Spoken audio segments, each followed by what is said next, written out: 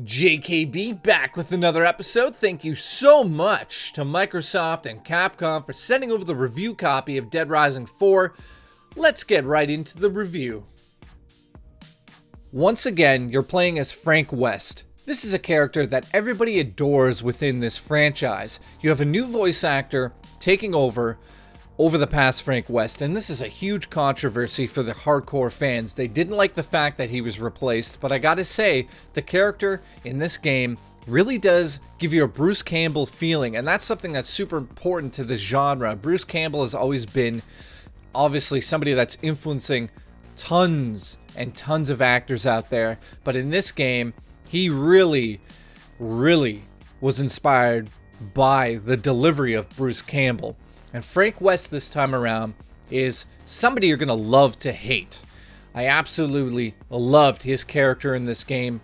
Like I said, he is a Bruce Campbell type. It's straight out of Evil Dead. It really does work. There's no denying that you're going to get a kind of been there, done that, unoriginal vibe from this game. The fact that you're back as Frank West, you're in the mall, is going to really give you that sensation. However, there's no denying Dead Rising offers such joy in the way that you can take down these zombies that nothing can compare to it. And this time around, they've really amplified how many customizable weapons are sitting around in the environment, and all of the vehicles and the encounters that you get into are hilarious. The script is tight, it's funny, actually made me laugh, which is extremely hard to do. I'm gonna be honest with you guys, my soul is dead. So for me to laugh at something in a video game takes a lot. They nailed that down as well. So in terms of the story, don't want to give anything away here, but you're gonna have really great moments with Frank West.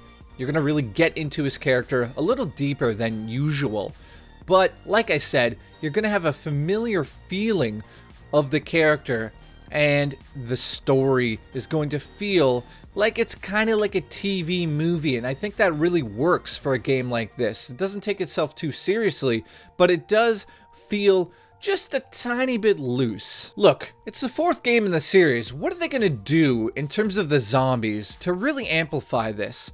Well, they're going to introduce a ton, and I mean a ton. I mean thousands of customizable weapons that you can use around this environment, put them together in real time, and then on top of it, vehicles that can be combined in real time now that are going to really amplify the gameplay. But there's something special here that I want to talk about. In Dead Rising games, you always turn it on and you look at the screen in amazement at how many zombies are sitting on screen. And in this game, my jaw hit the floor. I've never seen that many AI characters on screen.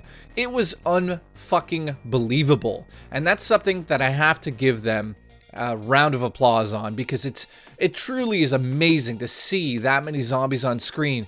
And the moment that you pick up your first weapon, and it's a, like a ranged weapon that you can fire a giant grenade into a crowd of zombies with, I gotta be honest, man, there's nothing like playing a Dead Rising game and blowing up zombies. Like, it's just something you need to experience. And this time around, in terms of the large groups of zombies and the weapons and the way that you take them down and mow them down, at times, obviously, it can be very repetitive. However, as you open up the map and as you get deeper into the game, some of the weapons you come across are completely insane, and I'll explain one of those right now. The exosuit is a new addition to the game that allows you to put on a suit and essentially become superhero.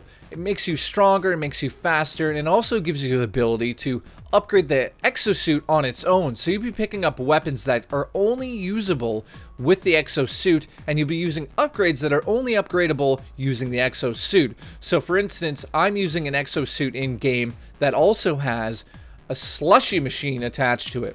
And this sends off a tornado of frozen ability that completely annihilates the zombie horde.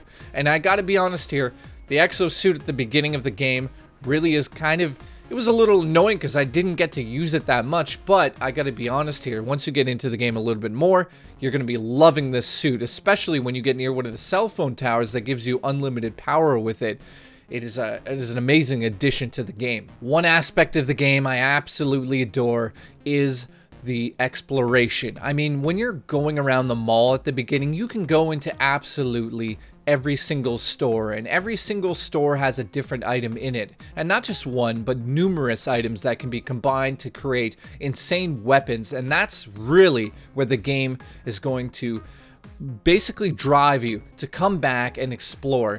It's one of these games that has a highly addictive gameplay element, and that is mowing down zombies in different ways and seeing how cool some of the designs are for some of these weapons. It's going to really drive you to want to go back and continuously play it over and over and over until you've experienced all of the weapons, and that is the number one reason why you're going to play this game. The camera system in the game can be extremely frustrating in tight situations. It's all over the goddamn place. You can't see where Frank is swinging, especially when zombies come up behind you in close quarters. Gotta be honest with you guys, extremely disappointed with the camera system. I wish you could zoom out just a little bit from Frank on screen in certain situations. I'm kind of disappointed over that, but I'm not going to say that it's going to really affect the game too much. One of the problems that you're going to run across is having that many zombies on screen causes the system to malfunction at times. Sometimes zombies are standing on top of trees, or they're stuck in walls, or you'll hit them with a car and then you'll just go right through them and they won't die. There's issues with sometimes with the weapons. You'll swing and miss them, and sometimes you'll hit them directly on the head, but they'll be cut in the torso. So yes, there are issues with that system and that mechanic in the game, but when you have thousands and thousands and thousands of zombies on screen, that's something I can look at as somebody who understands how video games are made, and I can overlook that. Overall, I'm going to give Dead Rising 4 a 7.5 out of 10 and tell you people out there, if you're a fan of the series, then this is definitely a must-own. It's not very original. It's doing a lot of the same that we've seen in the series. However, there are a few things here and there that, of course, I don't want to give away to you that they introduce in this version of the game that's going to really amp it up for you guys. The exosuit is definitely one of those features that really brought it to the next level of customization of all of the weapons and the tools that you can come across in the game. There's so many Easter eggs in this, so many different things that you can combine together to turn into the ultimate weapon. And it really does feel like some of these are totally different from one another. And that's something that's super important in a game like this, and it heavily relies on that. And that's where they really nailed it down. The city and the design, I really do enjoy it. However, at times I feel like you're kind of lost. You're just walking around. You're not really sure what you want to do in this open world environment, but that's kind of part of the reason of why you would play this game. I'd say it's well designed, but it's just a little bit confusing at times. And in saying all of that, Frank West is back into the series, and he's somebody that everybody adored. The new voice actor really brings a Bruce Campbell feeling to the character. The script is funny at times. I actually was laughing out loud, which is very hard for me to do because my soul is completely dead. So thank you so much for watching this episode, and I'll see you in the next episode of JKB. But before I go, because I know a lot of you are going to be wondering if you should pick up the 4th installment of Dead Rising 4, I will say, if you're a huge fan of Part 1 and Part 2 and Off the Record, and even Part 3, because Part 3, it was hit and miss there, I would highly suggest to pick this one up for Christmas. You're going to have a really good time with the Christmas setting. Going back into that mall just gives you that vibe of the series, and it's back at its roots, and it really does come across like they have the passion there and the drive to make a really good game, and you really see it on screen, and you really do get that when you play it. So thank you again. I'm out of here. I'm gonna go shopping because it's Christmas. Buy my boy E.T. a little gift. That's right. Mwah. Mwah. Kiss your eye. Bye. See you in the next episode.